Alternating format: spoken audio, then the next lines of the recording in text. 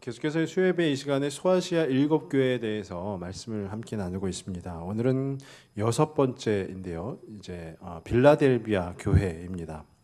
이 소아시아 7교회에 대해서 같이 말씀을 나누면서 제가 부제가 있다라고 계속 말씀드렸습니다. 그것은 교회 매뉴얼인데요.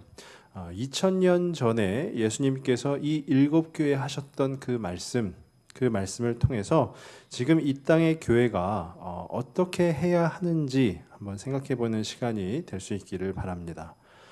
이 말씀은요, 편지입니다. 편지라는 것은 다름이 아니라 의사를 전달을 하는 것이에요. 편지를 작성하는 이가 편지를 받는 자에게 본인의 의사를 전달하는 것입니다.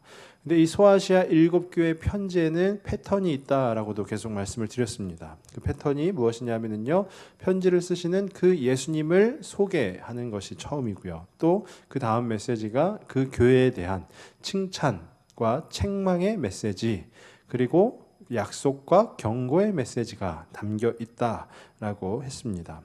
오늘 이 빌라델비아 교회는요, 저희가 이전에 살펴보았던 그 서머나 교회라는 곳, 서머나 교회는 어떠냐면요, 책망이 없었습니다.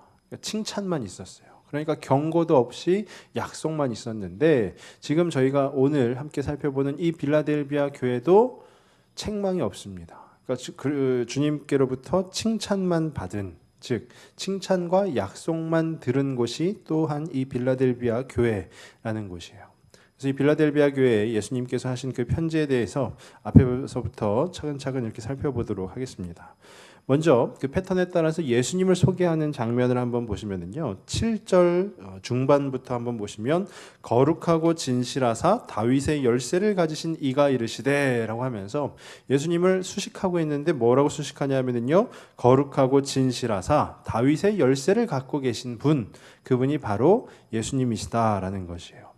다윗의 열쇠라는 것은요, 다름 아닌 다윗 그 혈통에서 난 메시아라는 것입니다. 메시아. 이 열쇠가 의미하는 바는 무엇이냐면요, 능력이에요. 즉 힘이라는 것입니다.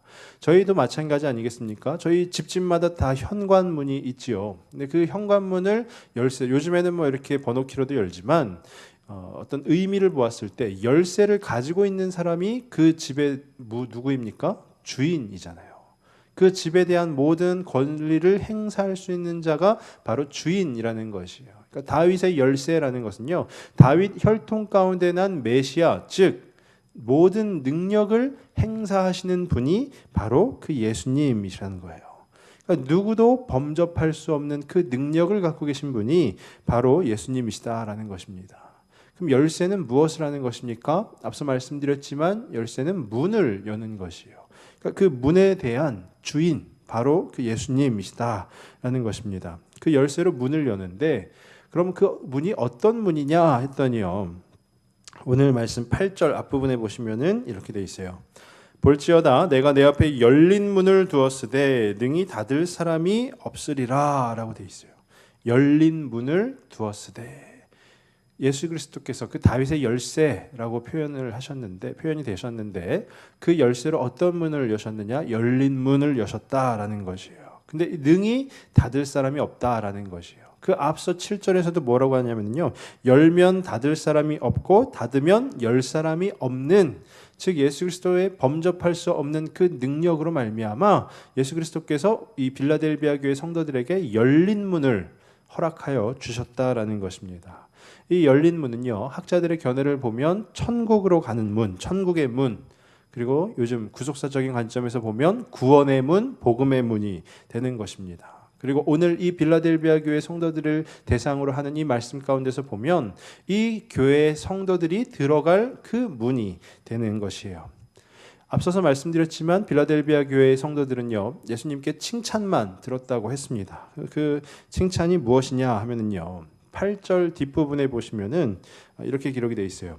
내가 내 행위를 아노니, 예수님께서 빌라델비아 교회 성도들의 행위를 아신다라는 거예요. 내가 내 행위를 아노니 내가 작은 능력을 가지고서도 내 말을 지키며 내 이름을 배반하지 아니하였다라는 거예요. 예수 그리스도의 말씀을 어떻게 해요? 지키고, 그리고 예수 그리스도의 이름을 배반하지 아니하였다라는 것이에요.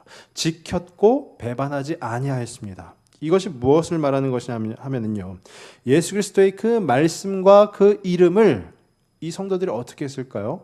그냥 나 몰라라 한 것이 아니라 그 마음속에 품었다라는 것이에요. 그 마음속에 품고 이것은 주님이 하신 말씀이니까 내가 반드시 지켜야 돼 라고 하는 것이고, 이것은 내가 이런 일을 잘못하면 우리 주님의 이름이 더럽혀져 라고 하는 거예요. 그 마음에 늘 품고 다니는 것입니다. 집에 두고 다니는 것이 아니고요, 그 마음속에 늘 품음으로써 이것이 바로 우리 주님의 말씀이야, 그리고 내가 이런 일을 하면 우리 주님의 이름이 더럽혀져 라는 그 부분에 대한 그 생각이, 그 마음의 묵상이 이 빌라델비아 교회 성도들의 그 삶 가운데 늘 있었다라는 것이에요. 한마디로 얘기하면 성도가 어떻게 살아야 되는가를 보여주고 있었다라는 것이죠.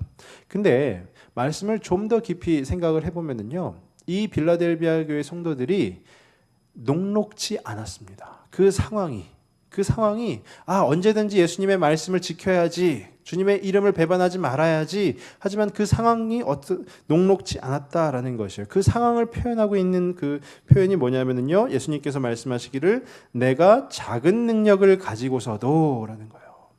내가 큰 능력을, 이 성도들이 큰 능력을 가지고 있으면서 말씀을 지키고 이름을 배반하지 아니하고 이러하였다라는 것이 아니라, 예수님께서 말씀하시죠. 내가 내 행위를 아노니, 너희가 어떻게 살아왔는지를 내가 아노니, 작은 능력을 가지고서도 그 말씀을 지키고 그 이름을 배반하지 아니하였다라는 것입니다. 이 작은 능력이 무엇이냐면요, 쉽게 생각해서 넉넉하지 아니하였다라는 것이에요. 그러기 힘든 형편이었다라는 것이에요. 말씀을 지키기에 힘들고 또 주님의 이름을 배반하지 않기 위해서 결심하는 그 삶이 굉장히 녹록지 않은 그 삶이었다라는 것이에요.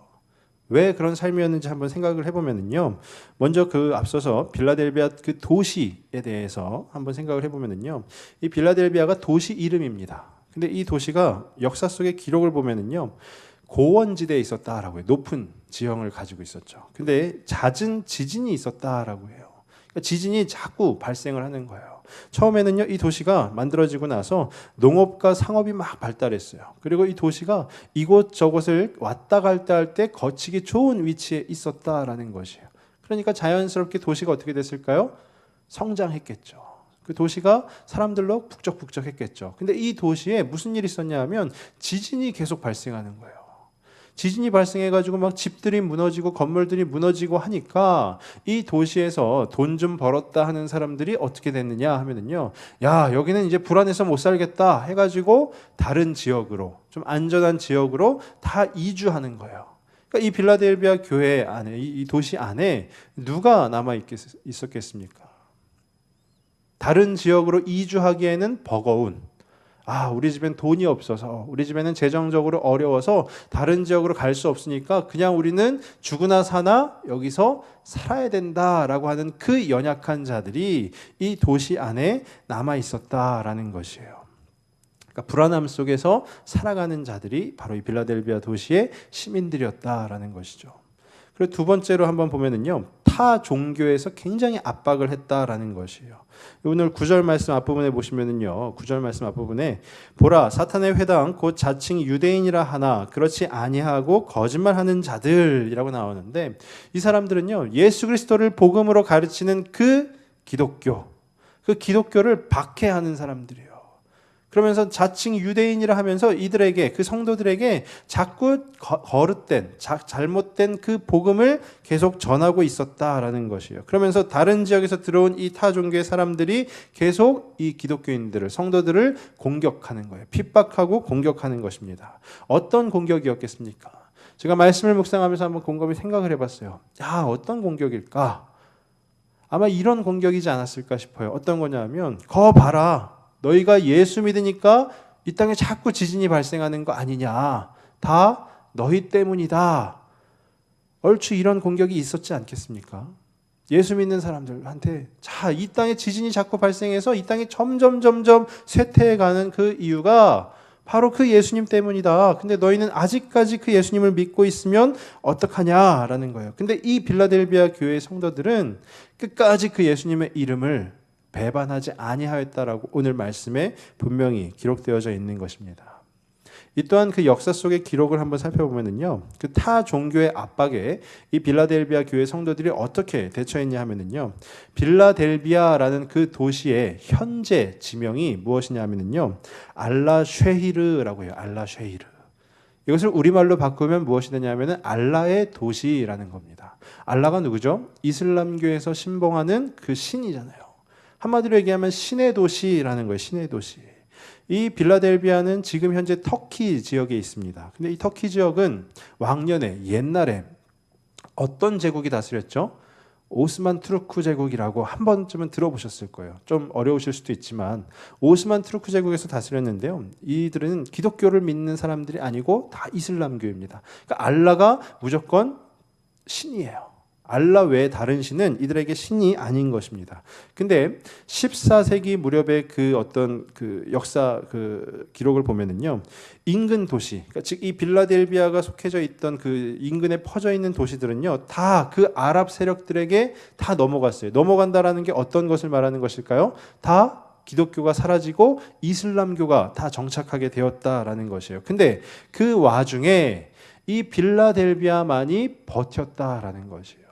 아랍 세력들이 들어와서 계속 공격을 하는 거예요. 타 종교, 우리 이슬람을 믿어 하면서 공격을 하는데도 그 핍박 가운데서도 이 빌라델비아 사람들이 계속 버텼다라는 것입니다. 근데 1379년에 동로마 제국에서 정치적인 거래를 하면서 이 오스만 제국에 이 빌라델비아를 넘기게 되는 거예요.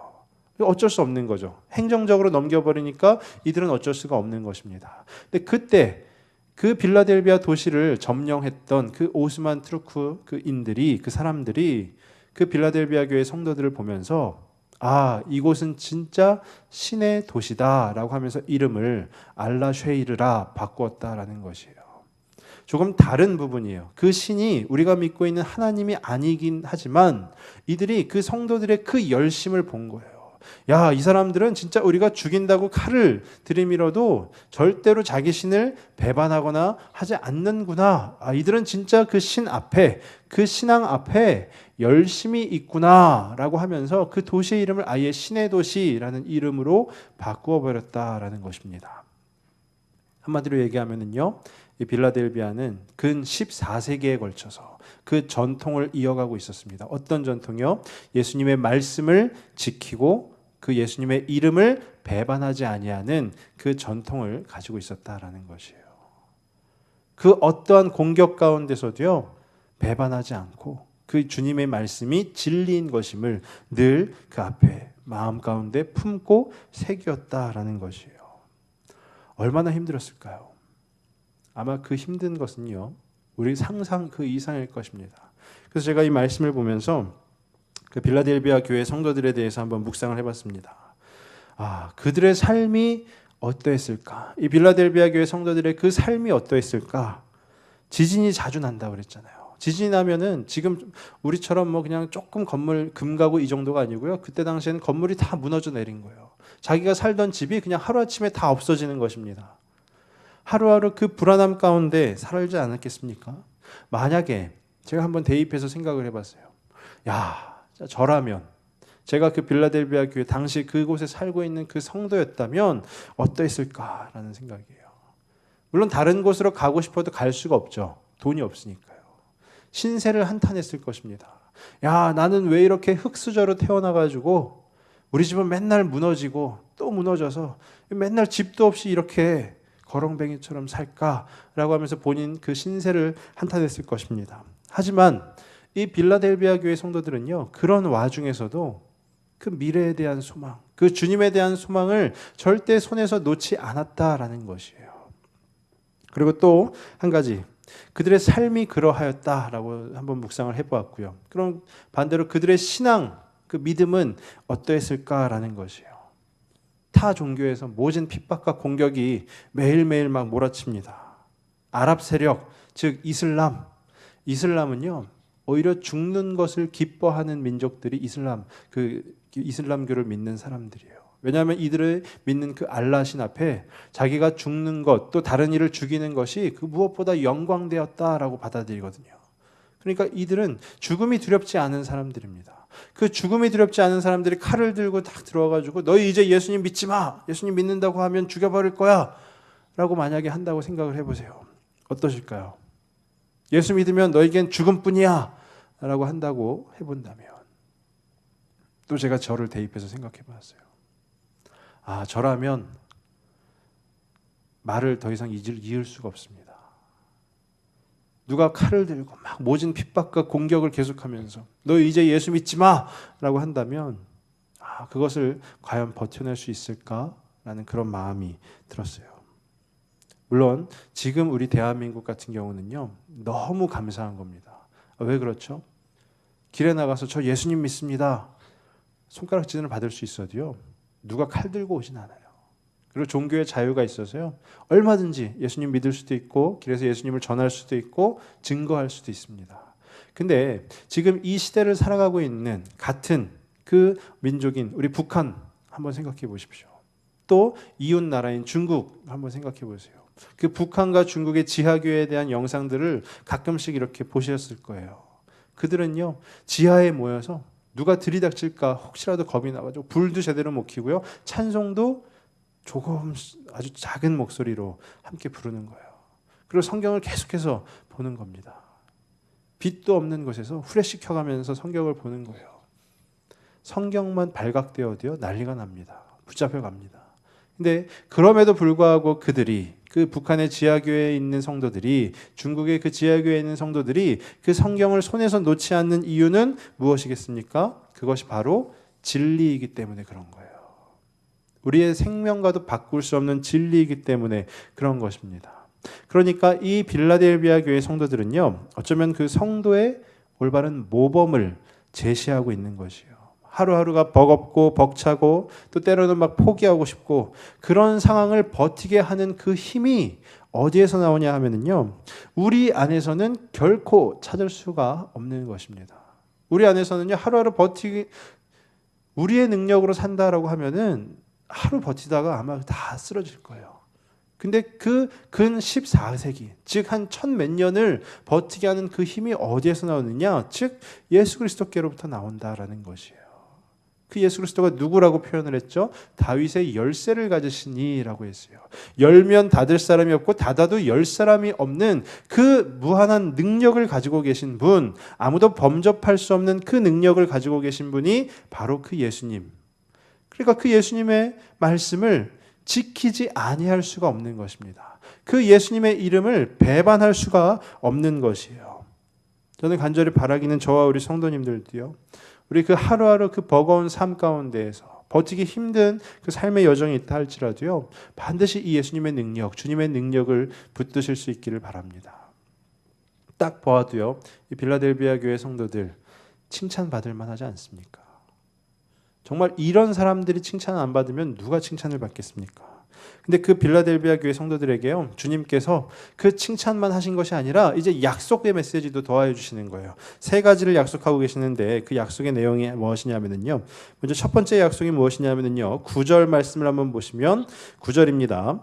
보라, 사탄의 회당 곧 자칭 유대인이라 하나 그렇지 아니하고 거짓말하는 자들 중에서 며칠 내게 주어 그들로 와서 내 발 앞에 절하게 하고 내가 너를 사랑하는 줄을 알게 하리라. 아멘. 이게 무슨 말이냐 하면요, 지금은 나를 막 공격하는 사람들이에요. 지금은 이 빌라델비아 교회 성도들을 막 공격하는 거예요. 자칭 유대인이라면서 사탄의 회당인 사람들이 와가지고 핍박하고 공격을 합니다. 근데 예수 그리스도께서 다시 오시는 그 심판 때에 어떻게 되느냐? 전세가 역전된다라는 거예요.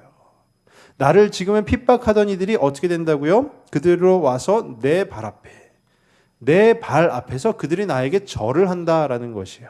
이것은 나를 숭배한다라는 의미가 아니고요, 심판 때에 이 예수님께 칭찬을 들은 그 주님의 말씀을 지키고 이름을 절대로 배반하지 아니한 자들이 서 있을 곳이 어디냐 하면은 주님의 우편이라는 겁니다. 주님의 옆이라는 거예요. 그러니까 그 죄를 지은 자들이, 즉 사탄의 회당들이, 자칭 유대인이라 하는 자들이 예수 그리스도의 심판 때 심판을 받을 때, 그 주님 앞에 절할 때 그 옆에서 함께 절을 받는다라는 거예요. 전세가 역전되는 그 약속을 더하여 주신다라는 것이죠. 그러면서 주님께서 하시는 말씀이 뭐냐면요, 내가 너를 사랑하는 줄을 그들이 알게 하리라 라는 거예요. 내가 너를 이토록 사랑한다라는 것을 지금은 그들이 알지 못하지만 그때에는 그들이 정말로 뉘우치게 깨닫게 해주겠노라 라는 것입니다. 이것이 바로 그 첫 번째 약속입니다. 간절히 바라기는 저와 우리 성도님들도 이 약속을 붙들 소망 가운데 품으실 수 있기를 바랍니다. 그러면 두 번째 약속은 무엇이냐 하면요, 오늘 말씀 10절입니다. 10절에 보시면요, 내가 나의 인내의 말씀을 지켰은즉 내가 또한 너를 지켜 시험의 때를 면하게 하리니 이는 장차 온 세상에 임하여 땅에 거하는 자들을 시험할 때라. 아멘. 두 번째 약속이 뭐냐면요, 이 인내의 말씀을 지켰은즉 그 시험의 때, 즉 심판의 때를 어떻게 한다고요? 그냥 통과시켜 주겠다라는 거예요. 패스해 주겠다라는 것입니다. 시험의 때, 그 심판의 때를 무시험이에요. 시험을 안 보고 그냥 패스가 되는 것이에요. 믿는 자들에게 이보다 더 기쁜 소식이 어디 있겠습니까? 주님께서 우리 한 사람 한 사람 부르셔가지고요, 그 심판의 때, 시험의 때에 너 무엇을 잘못했니? 라고 물어보지를 않으신다라는 거예요. 그냥 패스시켜 주시겠다라는 거예요. 근데 더 중요한 것은 무엇이냐면요, 주님께서 하신 말씀이다라는 것입니다. 그 주님께서 하신 말씀 뭐냐? 그 심판의 때가 반드시 온다라는 거예요. 주님께서 허투루 이야기하시는 분이 아니시다라는 거예요. 어쩌면은요, 우리가 살고 있는 세상 가운데서는요, 미래에 대해서 이야기할 때 보통 그렇게 얘기할 수 있어요. 야, 지금 좀만 더 고생해. 나중에는 내가 더 좋은 길을 열어줄게. 직장의 상사분들이 그렇게 얘기할 수도 있겠죠. 근데 만약에 나중이 되었습니다. 근데 그 길이 열리지 않았어요. 그러면 그 직장의 상사분이 뭐 책임을 집니까? 될 줄 알았는데 안 됐네 라고만 얘기하잖아요. 그러니까 우리는 사람을 신뢰해서는 안 된다라는 것이에요. 근데 이것은 무엇이죠? 바로 주님의 말씀입니다. 주님이 심판할 것이다 라고 하면 뭘까요? 우리 마음 가운데 야, 진짜 주님이 다시 오실까? 다시 오시긴 하실까? 이런 의심을 품을 가치가 없다라는 것이에요. 주님께서 말씀하셨으면 그것은 반드시 이루어진다라는 것입니다. 그리고 그 반드시 이루어지는 그 심판의 때 어떻게 하신다고요? 그 심판, 그 시험을 패스시켜 주신다라는 거예요. 그 약속을 지금 이 빌라델비아 교회 성도들에게 하시고 있는 것입니다. 저는 이 약속도 저와 우리 성도님들이 소망 가운데 품으실 수 있기를 바랍니다. 그럼 마지막으로 세 번째 약속이 무엇이냐 하면요, 세 번째 약속입니다. 12절 말씀인데요. 12절에 보시면 이기는 자는 내 하나님 성전에 기둥이 되게 하리니 그가 결코 다시 나가지 아니하리라. 아멘. 이기는 자는, 즉 승리하는 자는 무엇을 해주신다고요? 내 하나님 성전에 무엇이 되게요? 기둥이 되게 해주신다라는 것입니다. 기둥이 되게 해주신다. 제가 말씀을 막 묵상하면서 생각해 봤어요. 왜 하필 기둥인가 하는 거예요. 머릿돌 이런 것도 아니고 왜 하필 기둥인가. 그러면서 제가 이 소아시아 7교회 말씀을 준비하면서 한 가지 살펴보는 게 있는데요. 그게 뭐냐면은 혹시 그 인터넷상에 그 인터넷 지도가 있죠. 요즘에는 세상이 너무 좋아져 가지고요, 인터넷 지도에서 이 지역명을 치면은요, 그 지역으로 여행을 갑니다. 가만히 앉아 가지고요, 그 지역을 다 둘러볼 수 있어요. 그것도 고화질로 막 보여요. 전 세계에 있는 수없이 많은 사람들이 그 지역에 여행하면서 찍은 사진들을 막 이렇게 올리잖아요. 그럼 저는 앉아가지고 돈 한 푼 내지 않고 그 아름다운 경관을 다 살펴보는 거예요. 그래서 제가 처음에 에베소 교회 했을 때는 어디를 살펴봤을까요? 그 에베소, 당연히 에베소에 가서 에베소 지역을 막 살펴봤어요. 막 이렇게 마우스만 클릭하면은요, 쭉쭉쭉 가면서 그 지역들을 다 둘러볼 수가 있어요. 그래서 유적지라고 하는 부분들도 가가지고 막 사진을 보는 거예요. 근데 제가 유적지라고 해서 가서 보면은 실제 건물이 있는 곳은 거의 없어요. 실제 건물은 없고 그냥 이곳이 그때 당시 그렇게 사용하였던 터라는 거죠. 근데 몇몇 유적지에 보면은요, 그 터에 남아 있는 것이 있는데 그 뭐가 남아 있냐? 기둥이 남아 있다라는 것이에요. 기둥이. 그러면서 제가 역사 속 자료들을 찾아보니까요. 어떤 자료가 있냐면은 이 빌라델비아 지역이 어떻다라고 했습니까? 지진이 자꾸 일어난다라고 했죠. 자주 지진이 일어난다라고 했어요. 지진이 일어나서 건물이 무너져도 절대 무너지지 않는 것이 있는데 그게 무엇일까요? 기둥이라는 것이에요. 그러니까 예수님께서 약속하시는 거죠. 뭐라고요? 이기는 자는 내 하나님 성전의 기둥이 되게 하리니. 이게 무슨 말이냐 하면은요. 절대 무너지지 않게 만들어 주겠다라는 것이에요. 그 삶 가운데에서 절대 무너지지 않도록 그 심판의 때에 만들어 주시겠다라는 것입니다. 수천 년, 아니 하나님의 시간으로 수만 년 더 그 이상의 시간이 흐른다 할지라도요. 절대 무너지지 아니하는 그 기둥으로 삼아 주시겠다라는 것이에요. 이 얼마나 복되고 영광된 약속입니까? 그래서 12절 아까 읽은 그 뒷부분에 보시면은요. 내가 하나님의 이름과 하나님의 성 곧 하늘에서 내 하나님께로부터 내려오는 새 예루살렘의 이름과 나의 새 이름을 그의 위에 기록하리라. 영원을 약속하시는 거예요. 영원. 잠시 있다 무너지고 이것이 아니라 영원을 약속하시는 겁니다. 즉 우리 구원에서 보면 영생을 약속하시는 거죠. 이기는 자에게는요. 영원한 그 생명을 약속하시는 겁니다. 그 사라지지 아니하는 영원함. 저희 성도님들도 그 소망을 품으실 수 있기를 바랍니다. 어쩌면은요. 이 말씀을 이렇게 나누면서 말씀을 들으시면서 혹 그런 마음이 드실지 모르겠어요. 나는 오늘이 힘든데 내일 아니면 내일인지 어쩐지도 모르는 그 기약이 없는 굉장히 먼 미래와 같은 그때 약속은 난 오늘이 힘든데 그때 약속이 물론 약속은 약속으로 받아들이지만 내 힘든 오늘은 어떻게 할 것이냐라는 거죠. 당장 오늘이 목이 말라 죽겠는데 오아시스는 저 멀리 있다라고 한번 생각해 보시면 어떠십니까? 목이 막 타들어가는 거죠.